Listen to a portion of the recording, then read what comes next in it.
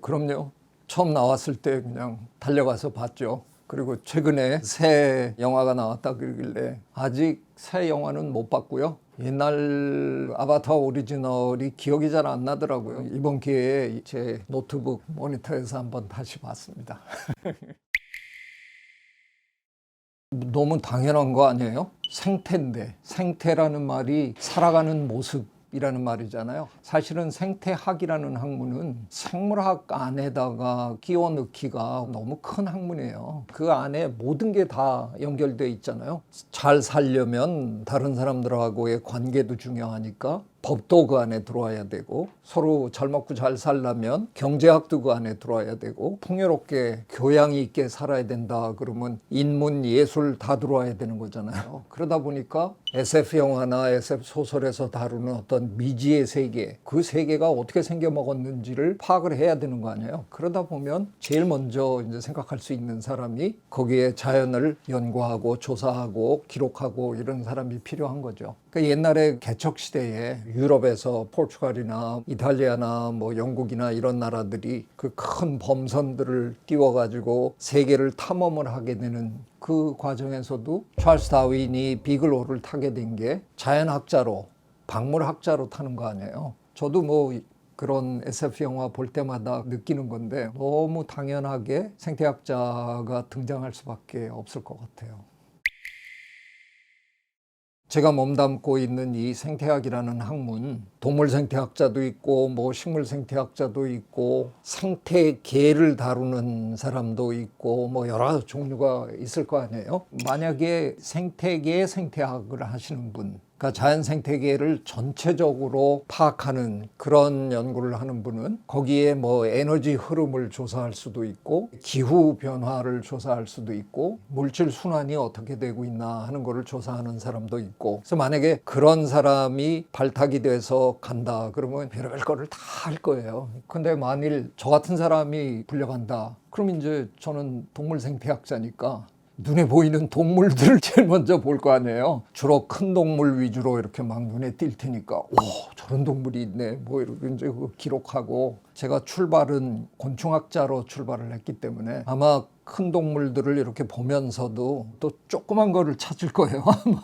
탁탁탁 하면서 기록하고 뭐 이렇겠죠. 식물 생태학자를 만약에 데려간다 그러면 이제 그분은 어떤 식물들이 그야말로 저변을 깔고 있나 뭐 이런 것도 재고, 큰 나무들은 어떤 종들이 있나 뭐 이런 걸 보겠죠. 그러니까 아바타의 그레이스 박사는 식물생태학자, 식물학자잖아요. 대체로 식물생태학자가 대장이 되는 경우가 많아요. 일단 식물을 알아야 그 다음에 다른 것들을 파악할 근거가 마련이 되거든요. 저 같은 사람을 대장으로 세우면 저는 식물을 잘 모르니까 그냥 신기한 동물에만 이렇게 빠져갖고 자꾸 들여다보는데, 그거는 생태계의 구조로 보면 맨 아래를 버티고 있는 이른바 생산자 계층, 그게 식물인데 그거에 대한 제대로 된 이해가 없이는 위에 거를 끼워 맞춰봐야 그림이 제대로 만들어지지가 않아요. 그래서 대개 식물을 전공으로 하는 생태학자가 전체를 일단 꾸려나가는 형태가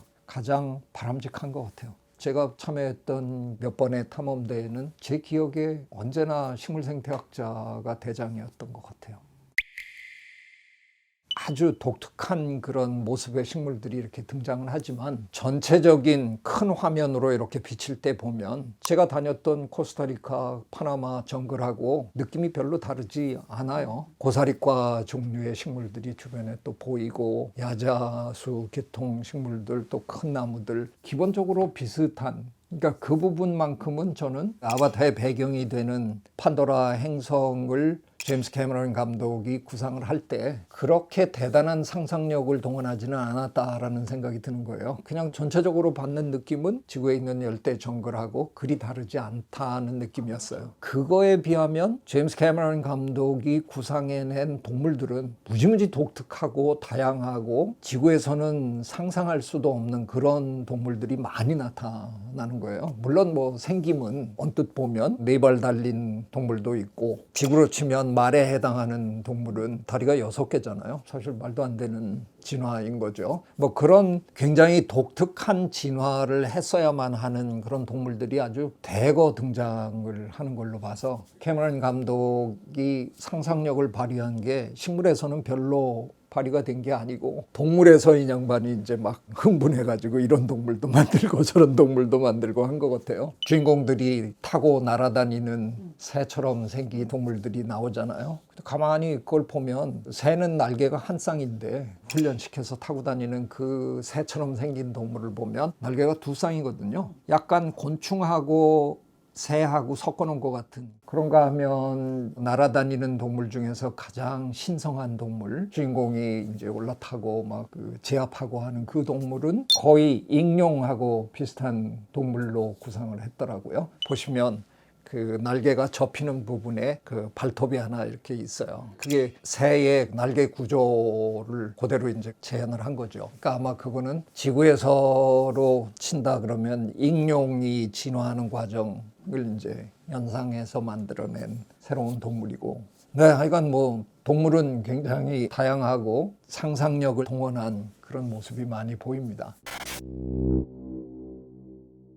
지구의 진화의 역사에도 그런 시절이 있었어요, 사실은. 캠브리아기에 엄청나게 다양한 형태의 동물들이 진화했었거든요. 그거를 독일어로 우리가 바우플란이라고 부르는데 바디 플랜이라는 소리예요. 지금은 우리 지구에 지금 현재 살고 있는 대부분의 동물들은 대개 좌우 대칭형이란 말이에요. 말미잘 같은 문어 뭐 이런 동물들은 방사형 대칭이라고 그러죠. 몸을 여러 개로 이렇게 쪼개도 다 대칭을 만들어낼 수 있는. 캠브리아기의 진화에 대폭발이 있었던 그 시기에는 지금은 없는 몸의 형태들이 무지무지 다양하게 많았어요. 그러다가 자연선택 과정을 거치면서 그렇게 다양했던 몸의 형태들 중에 적응하지 못해서 굉장히 많은 것들이 사라졌고요. 지금은 어떻게 보면 상당히 단순화된 형태예요. 우리가 생각해낼 수 있는 몸의 형태라는 게 빤해요. 그런데 그 옛날 캠브리아기에서 나타나는 화석들을 이렇게 들여다보면요, 마치 아이들에게 종이를 나눠주고 그냥 네가 생각할 수 있는 가장 신기한 동물 한번 그려봐. 그러면 아이들은 온갖 이상한 동물을 다 그릴 거 아니에요. 그런 이상한 동물 비스름한 것들이 그 당시에 다 있었어요. 그러니까 어떻게 보면 진화의 역사가 모든 걸 다양화시키는 방향으로 하기는 했는데, 또 어떤 면에서 큰 흐름으로 보면 지나치게 다양했던 여러 가지 그 몸의 형태들 중에서 성공한 형태들이 따로 또 몇 가지가 생겨난 거죠. 근데 미안한 얘기인데요, 가만히 이렇게 세심하게 들여다보면 결국은 지금 현존하는 동물들을 바탕으로 조합을 좀 이렇게 재밌게 해낸 거죠. 되게 무서운 동물 나오잖아요. 뒤 와가지고 쾅 들이받는 애. 약간 누구를 연상시켜요? 상어 중에 옆으로 툭 붉어난 상어가 있잖아요. 해머헤드 샤크라고 하는데 걔를 연상시킨단 말이에요. 그러니까 지금 현존하는 동물들의 그런 형태들을 막 조합을 해보고 뭐 이런 되게 재밌는 과정을 거친 것 같아요. 그 옛날 처음 그 영화를 봤을 때 그 충격이 다시 봐도 저 장면에서 굉장히 가슴에 와닿았는데 하는 게, 아바타와 그 동물들이 신경계를 연결하면서 교감하는 어떤 그 배경으로 저런 걸 상상해냈을까. 자연계에 이렇게 많은 다양한 생물들이 살지만 서로 교감을 한다는 게 참 어려운 일이잖아요. 우리가 교감을 하지 못하기 때문에 상대를 잘 알지도 못하고 그들을 해치고 자꾸 이러는데, 제가 늘 하는 말이 알면 사랑한다 하는 건데, 아바타 그 영화에서 신경계를 서로 연결하고 교감을 하기 시작하면 이건 완전히 달라지는 거잖아요. 거기 더 기가 막힌 얘기가 나오잖아요. 그 판도라 행성에 사는 모든 식물이 다 서로 연결되어 있다라는 얘기가 나오잖아요. 저는 캐머런 감독이 참 대단하다는 생각이 든 게, 그 영화를 만들 무렵에 발견된 내용이거든요. 우리가 흔히 저 숲에 가서 나무들을 보면 나무들은 다 따로 서 있는 나무들로 보이지만 그 나무들이 뿌리로 다 연결이 돼 있거든요. 근데 연결돼 있다는 게 완전히 조직적으로 이렇게 연결돼 있다는 게 아니라, 지하에서는 뿌리들이 자라다 보면 전혀 관계없는 종들의 뿌리들이 가까이 이렇게 다 붙어 있을 거 아니에요. 그 사이를 곰팡이나 균들이 다 연결시켜주고 있다는 거죠. 그래서 실제로는 자연계의 그 식물들 간에 상당한 정보들이 그 지하에서 다 연결돼서 서로 전달되고 이런 시스템을 갖추고 있다는 거예요. 오랫동안 우리는 그런 걸 전혀 모르고 살았죠. 그런데 식물을 연구하는 그런 분들이 그 내용을 찾아주면서 숲을 전체로 이해하는, 전체로 바라보는 그런 새로운 관점이 생겼거든요. 그런 내용까지 캐머런 감독이 아바타 영화에서 살려내는 거를 보고, 저 양반이 그냥 아무 근거 없이 무한한 상상력에만 의존한 게 아니라 실제로 자연과학에서 벌어지고 있는 여러 가지 새로운 발견들, 이런 것들을 꼼꼼하게 성실하게 잘 읽고 이해하고 있구나 하는 걸 보면서 참 좋았어요.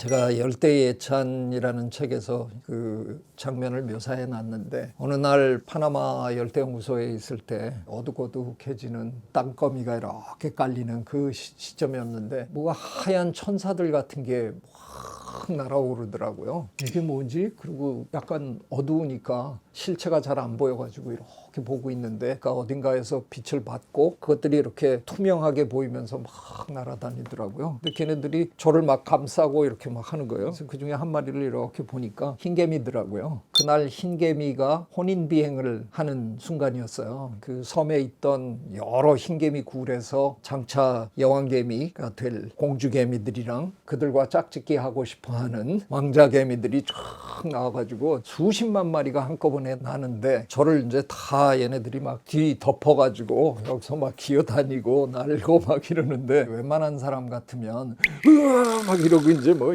난리가 났을 텐데, 저야 뭐 그런 걸 두려워하는 사람이 아니잖아요. 마치 영화의 한 장면인 것처럼 제가 팔을 이렇게 펼치고 정말 황홀했거든요. 살아있다는 게 이런 건가 보다. 새로운 생명을 탄생시키기 위해서 짝짓기 상대를 만나고 그런 장면이잖아요. 그 한복판에 제가 이렇게 팔을 벌리고 서 있었는데, 아바타를 보면서 같은 걸 제가 느꼈어요. 바로 그 장면에서 이렇게 하면 어떤 다른 세계와 교감할 수 있는 거구나. 더 신기한 건, 제가 처음 그 영화를 영화관에서 봤을 때는 몰랐어요. 판도라 행성의 전체 자연을 총괄하는 신이 이름이 에이와잖아요. 굉장히 가까이 지내는 프로젝트도 같이 하고 뭐 이러는 외국인 학자들, 인양반들이 우리 이화여대 이거를 영어로 발음을 잘 못해요. 그분들이 늘 뭐라고 발음을 하냐면 에와라고 발음을 하는 거예요. EWHA잖아요. 근데 그때는 그게 머릿속에 안 들어왔는데, 저 양반 또 발음 잘못하네. 이번에 다시 보다가 소름이 돋았어요. 와, 이 사람들이 아바타 영화를 너무 잘 봤구나. 그 영화에서 에이와라는 그 발음을, 그게 하여간 머릿속에 남아가지고, 아무리 EWHA라고 쓰고 이거 우리 이화라고 발음한다 그러는데, 제대로 발음해준 제 외국 동료가 거의 없어요. 대부분이 그걸 에이와라고 불러요. 제 외국 동료들이 우리 이화대학을 기가 막히게 칭송해 준 거네요. 이번에 새로 다시 보면서 그 장면에서 그냥 소름이 쫙 끼치더라고요. 보통 일이 아니었네.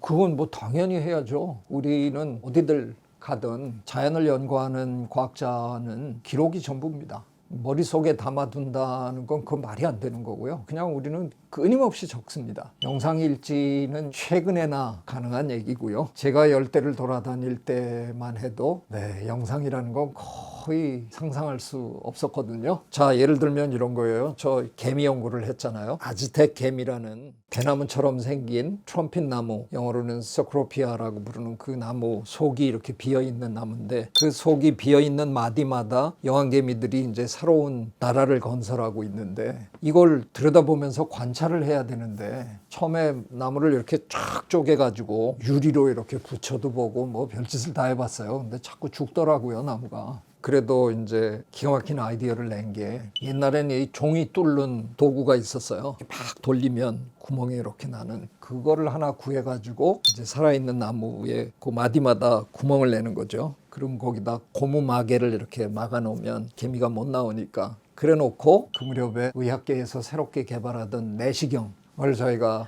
이제 가져다가 관찰하고 싶을 때마다 고무마개를 빼고 내시경을 집어넣고 그 안에서 지금 이놈들이 누가 누구랑 싸우고 있나 뭐 알을 낳고 있나 이걸 매일 보는 거예요. 보스턴에 있는 브랜다이스 대학의 교수를 하고 있는 제 동료 댄 펄만 교수랑 저랑 이제 둘이 연구를 하는 건데 24시간 들여다 봐야 되잖아요, 사실은. 근데 우리는 잠을 자야 되는 동물이잖아요. 계속 할 수는 없고. 그래서 둘이 계속 교대로 하면서 그게 들여다보면서 이제 얘기하는데 제가 이걸 들여다보면서 기록을 할 수가 없잖아요. 댄이 옆에서 여왕 A가 지금 여왕 B 옆으로 다가가고 있어. 이제 옆에서 막 받아 적는 거예요. 한 시간 들여다보면 눈이 아프잖아요. 야, 댄 바꾸자. 그러면 이제 댄이 들여다보고 이제 얘기하면 저는 또 막 받아 적고. 둘이 이러고 살았어요. 연구자들은 어떤 식으로 메모를 할까? 글을 너무 많이 쓰는 거는 현장에서 현명한 일이 아니잖아요. 준말 형태로 만들어가지고 그게 무슨 소리라는 걸 나만이 알고 있는 거죠. 이게 보면 부호가 많아요. 시간이 가면 갈수록 점점 부호화합니다. 어느 순간 비디오 카메라가 나오니까 세상 편하더군요.